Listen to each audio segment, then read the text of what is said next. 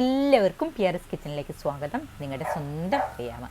ഇതേ നമ്മൾ രണ്ടാമതും ഫ്രീ ആയിട്ട് പപ്പായ കൊടുക്കുകയാണ് നമ്മുടെ നഴ്സറിയിൽ. ഇത് രണ്ടാം ഘട്ടമാണ്. ആദ്യത്തെ ഘട്ടം നമ്മൾ ഒരു 19 പപ്പായ കൊണ്ടുവന്ന് ഫ്രീ ആയി കൊടുക്കുന്നു. ഇപ്രാവശ്യം 25 എണ്ണയേ ഉള്ളൂ കേട്ടോ. അപ്പോൾ 2 തരം ഉണ്ട്. ഇത് നല്ല ഉരുണ്ടിരിക്കുന്ന ഈ ഒരു പപ്പായ കണ്ടു, ഇതും അല്ലാതെ നല്ല നീളനായിട്ടുള്ള പപ്പായ, ഇത് രണ്ടും ഉണ്ട്. ഇത് രണ്ടും റെഡ് ലേഡി പപ്പായ ആണ് കേട്ടോ. ഈ 2 തരം റെഡ് ലേഡി പപ്പായ ഉണ്ട്. അപ്പോൾ ഈ റെഡ് ലേഡി പപ്പായ എല്ലാ സമയത്തും പഴം തരുന്നത് മാത്രമല്ല, നമുക്ക് വീട്ടുവളപ്പിൽ നമ്മുടെ ആവശ്യത്തിനായിട്ട് അല്ലെങ്കിൽ വ്യാവസായിക അടിസ്ഥാനത്തിൽ കൃഷി ചെയ്യാൻ പറ്റുന്നതാണ്.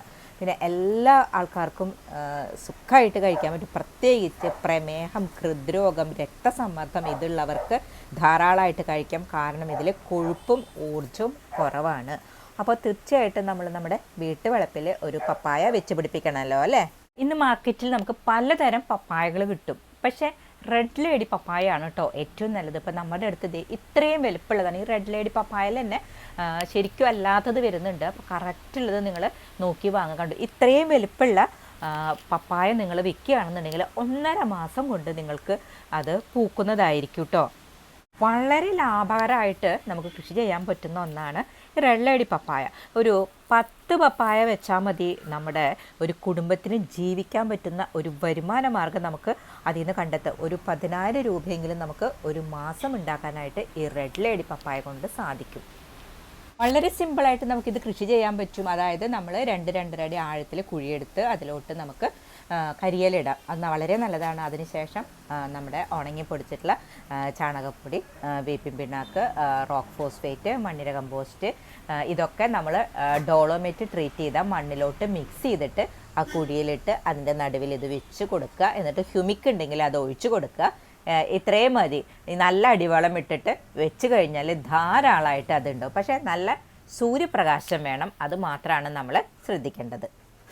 അതുപോലെ കീടബാധ വരാതിരിക്കാനായിട്ട് നമുക്ക് വെർട്ടിസീലിയും ബ്യുവേറിയും സ്യൂഡോമോണസും കൂടെ മിക്സ് ചെയ്തിട്ട് ഇടയ്ക്ക് അങ്ങ് സ്പ്രേ ചെയ്ത് കൊടുത്താൽ മതി. അത് മാസത്തിലൊരിക്കൽ ചെയ്ത് കൊടുത്താൽ അതിൻ്റെ മറ്റേ ഇലകളിലോട്ടുള്ള ആ വെള്ളീച്ചയുടെ പ്രശ്നം അതൊന്നും ഉണ്ടാവില്ല.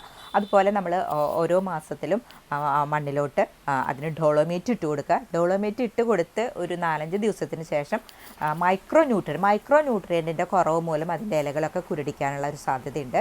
മൈക്രോ ന്യൂട്രിയൻറ്റും കൂടെ കൊടുക്കുക. ഇത്രയും മതി. ഇത്രയും കാര്യങ്ങൾ ശ്രദ്ധിച്ചു കഴിഞ്ഞാൽ നമുക്ക് ഒരു നല്ലൊരു വരുമാന മാർഗം ആക്കി മാറ്റാനായിട്ട് പറ്റും. അപ്പോൾ തീർച്ചയായിട്ടും എല്ലാവരും നല്ല തരം റെഡ് ലേഡി പപ്പായ വാങ്ങുക. അപ്പോൾ ഇവിടെ വന്ന് നിങ്ങൾക്ക് വാങ്ങുകയാണെന്നുണ്ടെങ്കിൽ നമുക്ക് ഈ ഒരു റെഡ് ലേഡി പപ്പായ വാങ്ങുന്നതിൻ്റെ കൂട്ടത്തിൽ നമുക്ക് ഇത്രയും വലുപ്പമുള്ള പപ്പായകൾ നമ്മൾ ഫ്രീ ആയിട്ട് തരുന്നതായിരുന്നു കേട്ടോ. അതായത് ഈ പപ്പായ ഫ്രീ ആയി തരുന്നത് അത് കഴിയുന്ന വരെയാണ് നമുക്ക് തരാൻ പറ്റുള്ളൂ. കഴിഞ്ഞാൽ പപ്പായ പഴുത്തത് തരാൻ പറ്റില്ല. റെഡ് ലേഡി പപ്പായ തൈകൾ നമുക്ക് പൈസയ്ക്ക് തരാനായിട്ട് സാധിക്കും. അപ്പോൾ എല്ലാവർക്കും ഒത്തിരി ഉപകാരപ്രദമായ വീഡിയോ ലൈക്ക് ചെയ്യാനും ഷെയർ ചെയ്യാനും മറക്കരുത്. നന്ദി, നമസ്കാരം.